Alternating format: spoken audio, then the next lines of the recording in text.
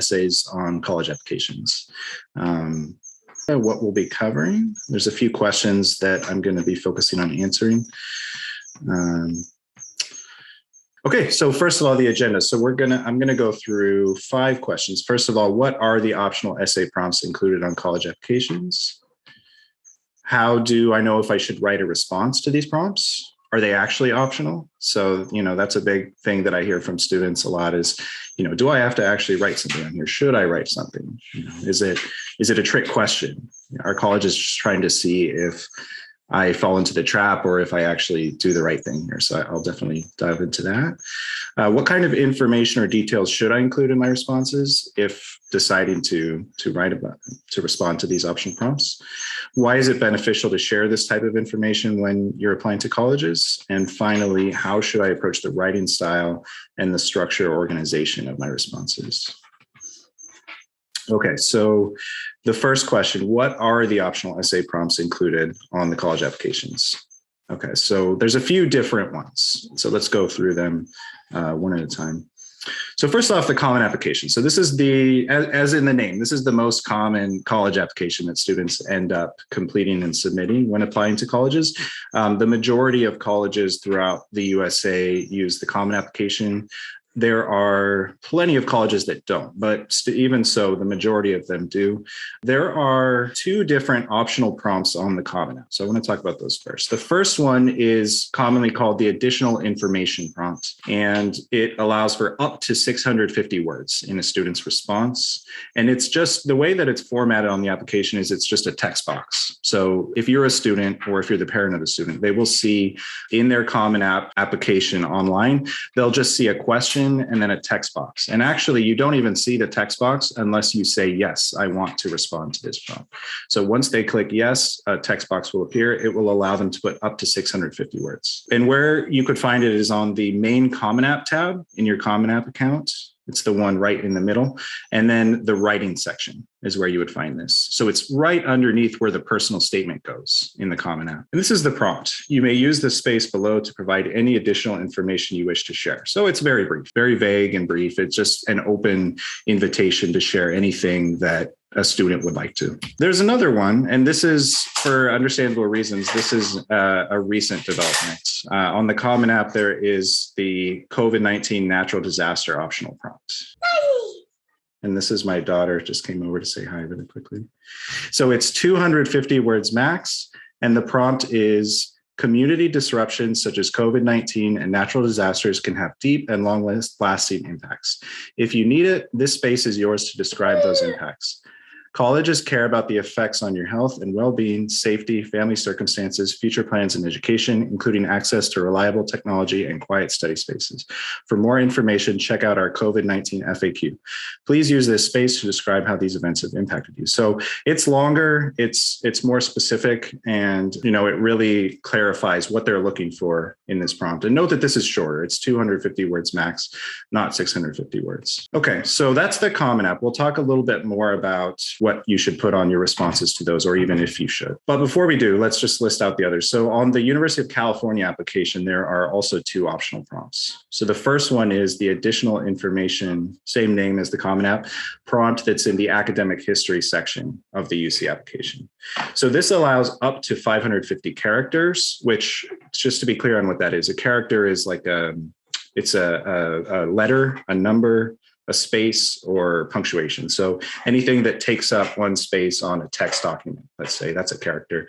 So I would estimate that's no more than 100 words. It's somewhere from 75 to 100 words. So it's a lot shorter than the Common App additional information prompt. Where you would find this is in the academic history section of the UC app, and it's the additional comments prompt. And it's pretty long, so I don't want to read the whole thing because we have a lot to get through in this presentation, but it will be on the slides, which we'll share later on. Basically, it just invites students to share anything about their academic history that they would like to. So there is a second optional prompt on the UC application, and this one is in the personal insight questions section of the UC application. And this has a longer allowance of word count. So students can put up to 550 words. And it's a relatively long prompt again, so I don't want to read the whole thing, but basically it's, in a nutshell, if there's anything else you want us to know about you, now's your chance. So with these 2 prompts, I want to mention one factor, which is the academic history prompt is intended to be only about academics. So things like grades, changes to curriculum or learning environments, details like that that can be explained in short. The additional comments prompt that's in the personal insight questions section is really for anything. So it can still technically include academic things. So if a student doesn't have enough room in that academic history prompt to say everything that they need to or want to, that can overflow a little bit into this second prompt that's in the personal insight questions section. But this one is also for everything else. So all the non-academic things too, which we'll get into in later slides. And then on the coalition application, which students use for a lot of colleges that don't use the Common App. Examples would be University of Washington, University of Georgia, the University of Texas system of schools use the coalition application. It also includes an additional information prompt that's optional, and it's in the profile section. And this one, it's 300 words max. So it's shorter. It's about half the length of the Common App one. And the prompt is, again, very just vague and open-ended. If there are details you haven't had the opportunity to share elsewhere in your application, please feel free to share them here. And then one last thing, there are some optional supplemental essays. And so these are not embedded in the application itself, like those first three applications I mentioned. These are part of the supplemental application, meaning that these are college specific. They're specific to a few different colleges. And examples of this would be the University of Tennessee in Knoxville has an optional prompt. Basically is inviting you to give a second personal statement is how I like to think about it. If you were having a personal interview with members of our admissions staff, what information would you want them to know about you? And then it gives some examples of what you can share. And it allows between 250 and 800 words. Now I say that this is a second personal statement because University of Tennessee also requires the 650 word personal statement that's included on the Common App. And this is just an additional way to be able to share more about yourself. Another example that's not quite like that would be Penn State. Penn State's application has basically an optional personal statement. So they do use the Common App, Penn State does, but they don't use the main personal statement that you include on the main part of the Common App. They ask you to instead share a personal statement that's 500 words or fewer. So if students are applying to Penn State, this is optional. I would recommend that they submit it, but this is technically an optional prompt. So just to give you some examples of when colleges have specific ones. Now, how do you know if you should write a response to the prompts? And are they actually optional? So first of all, do you have options? Is it actually optional? Yes, it is truly optional. If the application states that it is, you technically do not need to include a response on that application for your application to be reviewed and for you to be admitted by the college or university. But I would recommend using a strategy that I'm going to share in the next section in some upcoming slides to determine whether you should write responses, whether you do have any additional information that you should share. Now, to clarify, some that are technically optional, but honestly, I wouldn't really think of it that way. I would make sure to write a response. If they are optional supplemental essays and they give you the opportunity to either share more about yourself or to share why you want to attend the school or something along those lines, I would always write a response. I would think of that as a required one. So both of those school-specific ones that I shared, I would definitely write a response to those. The exception to that would be a college like Boise State, where the essay is optional, and it's the type of essay that I would recommend writing a response for. But they actually have a different system of admissions where they have guaranteed acceptance for students who meet a certain GPA cutoff. And at Boise State in particular, it happens to be 3.0. So students who have a 3.0 GPA or higher do not have to write a personal statement, or they do not have to have letters of recommendation because they're basically guaranteed admission. And then also, I would say if you notice this language, if it's an optional prompt, but it says it's recommended or encouraged, my advice is definitely write a response. They're definitely sending a message there if they say that it's recommended or encouraged. Okay, so here's the strategy I was talking about. First of all, what you want to do is consider your application as a whole overall. Think about all the different parts that go into it. So the personal and family details that you're sharing, the school details and context. So everything that the college and the admissions officers will learn about your school, your learning environment, your transcript or your self-reported courses and grades report, depending on how the school learns about your grades, your activities and honors list, your personal statements, and any other supplemental essays that college receives, letters of recommendation, if this is a college that uses recommendations, And then if there's a portfolio or any program specific materials for the program that you're applying to or the major that you're applying to. So think about those things. Take all of that into consideration. Those are various puzzle pieces that put all together contribute to an overall picture of who you are as an applicant. Okay, so next, determine if there are any aspects of your application that could be misinterpreted or need more explanation. Is there anything that just doesn't come through clearly enough when the college looks at what you're already giving them? So what's already included in your application? Is there anything that might need a little more explanation? Also think about if there are any details of who you are, your identity, experiences, values, goals, all of those different things that make up who you are that you haven't really been able to share anywhere else on the application, but you really, really need to share for your application to be complete. And then based on that, if you do have, if you would say yes to 2A and 2B, any combination of those, then I would recommend writing a response for these optional prompts. Okay, now, as far as what to include, what sorts of things are good to talk about in these optional prompts, especially the additional comments, additional information ones.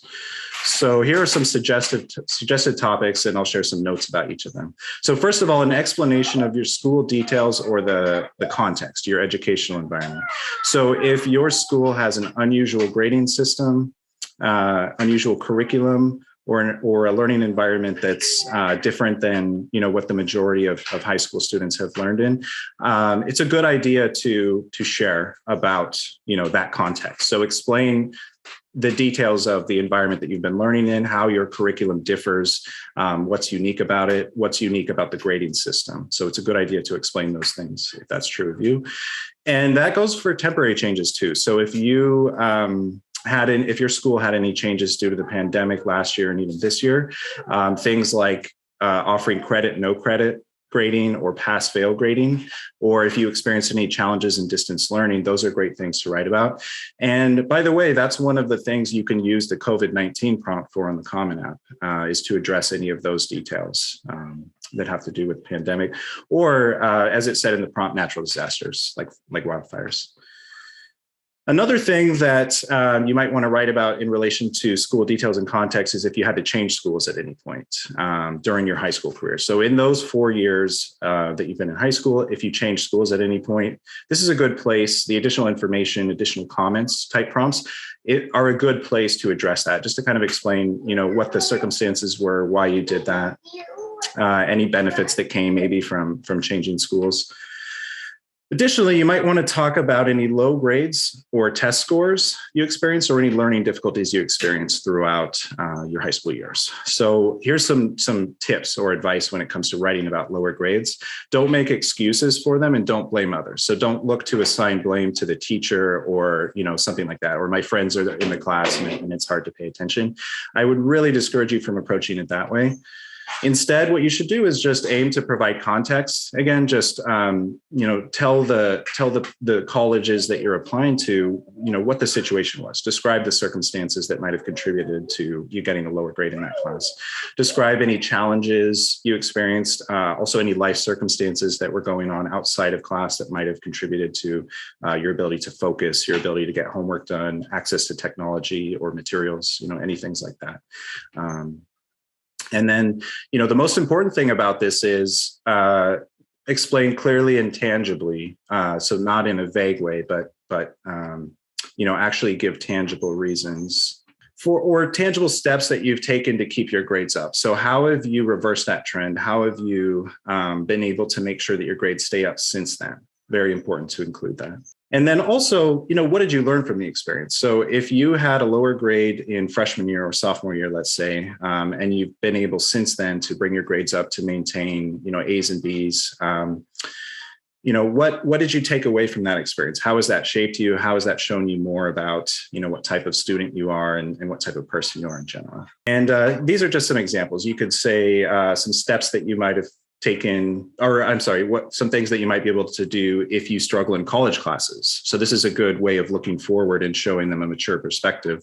If I do struggle in college classes again, I found some things that work for me. For example, asking your teachers or your future professors for help, talking to other classmates who understand it more and are able to keep pace, joining a study group, modifying your study habits, working with a tutor. In college, a lot of times there's free tutoring tutoring provided, or, very accessible tutoring.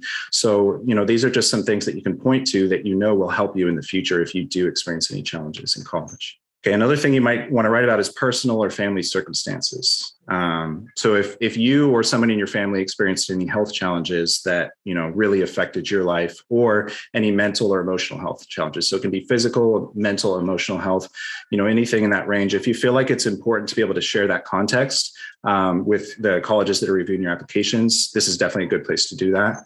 Definitely think about how those challenges affected your academic achievement and address that. I would definitely recommend including that aspect of your experience of it. And then also disciplinary issues. If you had any disciplinary problems, if you got suspended or anything like that while you're in high school, anything more severe than that even, this is a good place to address that. So what I would recommend doing is, again, provide the context, describe the circumstances, be honest, don't try to cover anything up. You can be frank about it. You can explain what really happened. And it's important to explain what you learned again, as with low grades and improving them.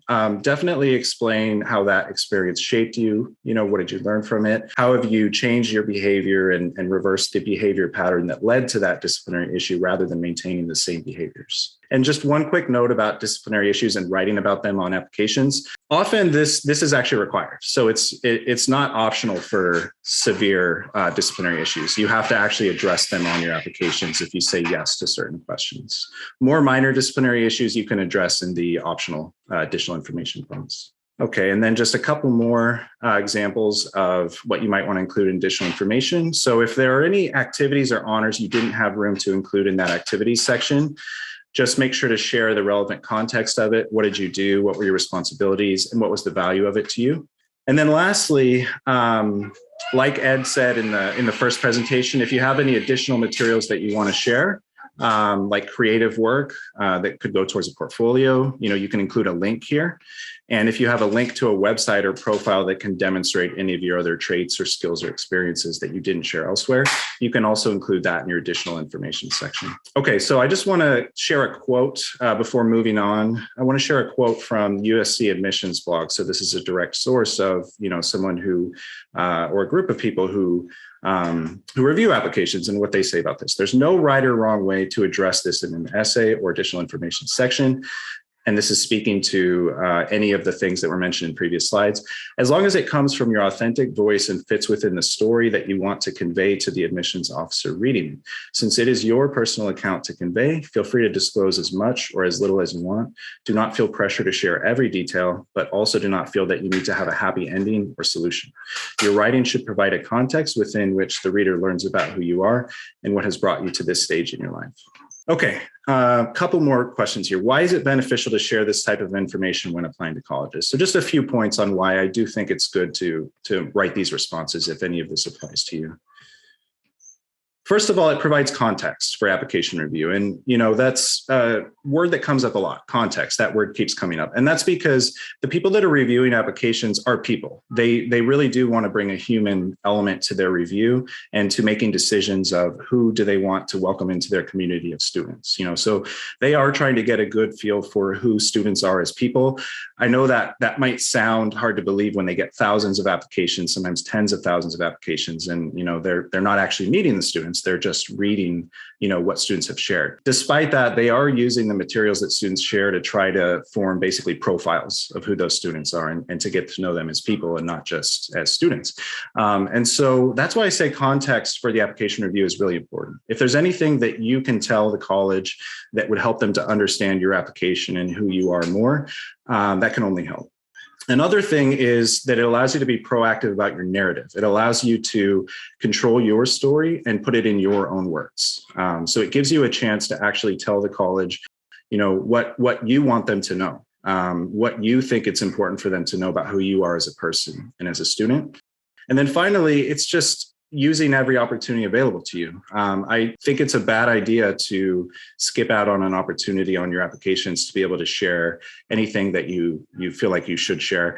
And honestly, these, especially with the additional information prompts on the Common App and the UC app, they are optional. A lot of students, it's okay not to write a response, But if any of the things that I mentioned earlier do apply, those are the kinds of things that I really think students should share. So, lower grades, personal or family circumstances, health challenges, disciplinary issues, those are the kinds of things that I definitely think need some context or would at least benefit from some context. And that's where I think it's a good idea to use every opportunity available to you.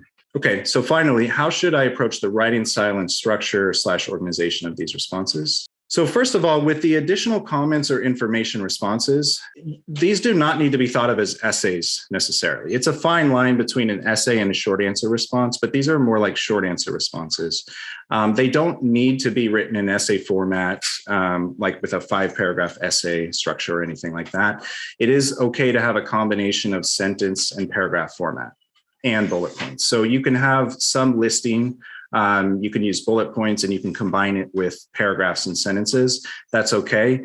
But I would say make sure that it's organized. Don't just have kind of a mishmash of different points without a clear order and structure to it. You don't have to fill the word count or character limit just for the sake of it. So, they're not judging whether you're using the full space as long as you're able to share what you need to share in, like if you can share what you need to share in 200 words and it allows up to 650 words, that's okay. You don't have to include 450 words of filler. They don't want to read words just for the sake of it. So just use what you need. In terms of writing style, it's very important to be direct. So say exactly what you mean. Be straightforward with the information. Don't beat around the bush with anything. Don't make excuses again. Be precise. Think carefully about word choice. Choose words that are conveying the value of activities and experiences, and just really using the opportunity to communicate what you want to communicate on your application to colleges. And then be concise, because you have to be able to fit your responses into word count limits. So it's important to to not waste words, to really think about what you're saying. So in terms of writing style, those are the 3 things I think are most important: being direct, being precise with wording, and being concise. Lastly, I would say, just to clarify, the essays that are actually supplemental essays, like the ones I mentioned from Tennessee, from Penn State, that are more like a personal statement, or like, why do you want to attend this college, or tell us about a valuable extracurricular activity, essays like that, I would still think of them as essays, even though they're optional. This is distinguishing between the additional comments or additional information prompts and something that is an actual supplemental essay. In the case of the latter, like Tennessee and Penn State, for example, I would still think of it as an essay, have it structured, use multiple paragraphs, have an introduction, have a conclusion, the things that typically accompany structured essay writing. I would still recommend doing that. Okay, so that is what I have to share. We have about 5 minutes left, so I want to make sure to answer any questions you might have, but just briefly, let me just share some links here that are on the slide. So we have a weekly podcast, Mindful Admissions. I highly encourage you to listen and check it out. You can click on this link when the slides are shared to be able to subscribe to our newsletter if you need to. It'll keep you up to date about what we're working on and anything throughout the college counseling timeline that's coming up. We have social media accounts there that we would love if you follow. A link to our blog. And then lastly, a link to our YouTube channel where all the videos that we've recorded from previous webinars are shared there. And then again, just we have this feedback survey for the whole evening, the College Info Night, that I'd like to share. And we'd love to hear from you based on all the presentations you're able to attend, what your thoughts were. So, so let me go back and keep the QR code up there. I see there's a few things in the chat. This is a great question. What if a student consistently has challenges with a subject and really struggles in it year after year? For example, their brain just does not get math, no matter how hard they try and work on it. So I think that's a really good thing to write about. I think that's the kind of thing that's valuable to bring context to on an application. That's understandable. Like, I think this is another thing where colleges try to, evaluate students as whole people, and they understand that every student has strengths and every student has areas to work on and improve on. I think it's a good idea to address that. And the way that will usually manifest, right, is in a trend in the grades. Like, this student might have consistently lower grades in math while keeping A's and B's in, most other subjects, or or every other subject. So, colleges can see that. I don't think it's, necessarily a red flag unless that student is applying directly to like a math major or engineering or, something that's really closely aligned with math and would require a high level understanding of math. So a student who's applying for, something more like fine arts or English or a social science or a humanities field, those are all areas where the college is not necessarily going to, the alarms won't be sounding if that student has relatively lower scores and grades in math. But I do think it's still a good thing to be able to address in your own words, just explain that. You might even want to include that as part of your personal statement if it's an ongoing challenge that you've had, or some of the other essays that are college specific or on the UC application, the personal insight questions. But, on as far as for these optional prompts and addressing math goes, it's still the kind of thing where I would say, don't blame anyone, don't make excuses, but do be honest. You can say, I've always struggled with math. You can try to put a finger on what that might be, why that might be. Honestly, it may not be a bad idea to get evaluated to see if you have dyscalculia, which is learning disability related specifically to math performance. And even if you don't technically have it, it's just understandable that some students maybe haven't been able to find the way that math works for them. I think it's okay to explain that. I would make sure to mention what efforts you've made throughout to try to improve. So if you have talked to teachers, maybe not everyone can work with tutors, but if you have had the opportunity to work with a tutor, if you joined study groups, whatever the steps are that you've taken to try to improve in that subject, mention that, describe that, give them the context. I think probably try not to have a defeatist attitude about it. Show that you have a growth mindset and you believe that you can learn and you're working on finding what works for you. That's kind of how I would approach, specifically that subject matter. But yeah, thanks so much for attending and hope it was helpful. And if you're able to go to any more of the sessions, I hope it's really informative and just thank you so much and have a great night.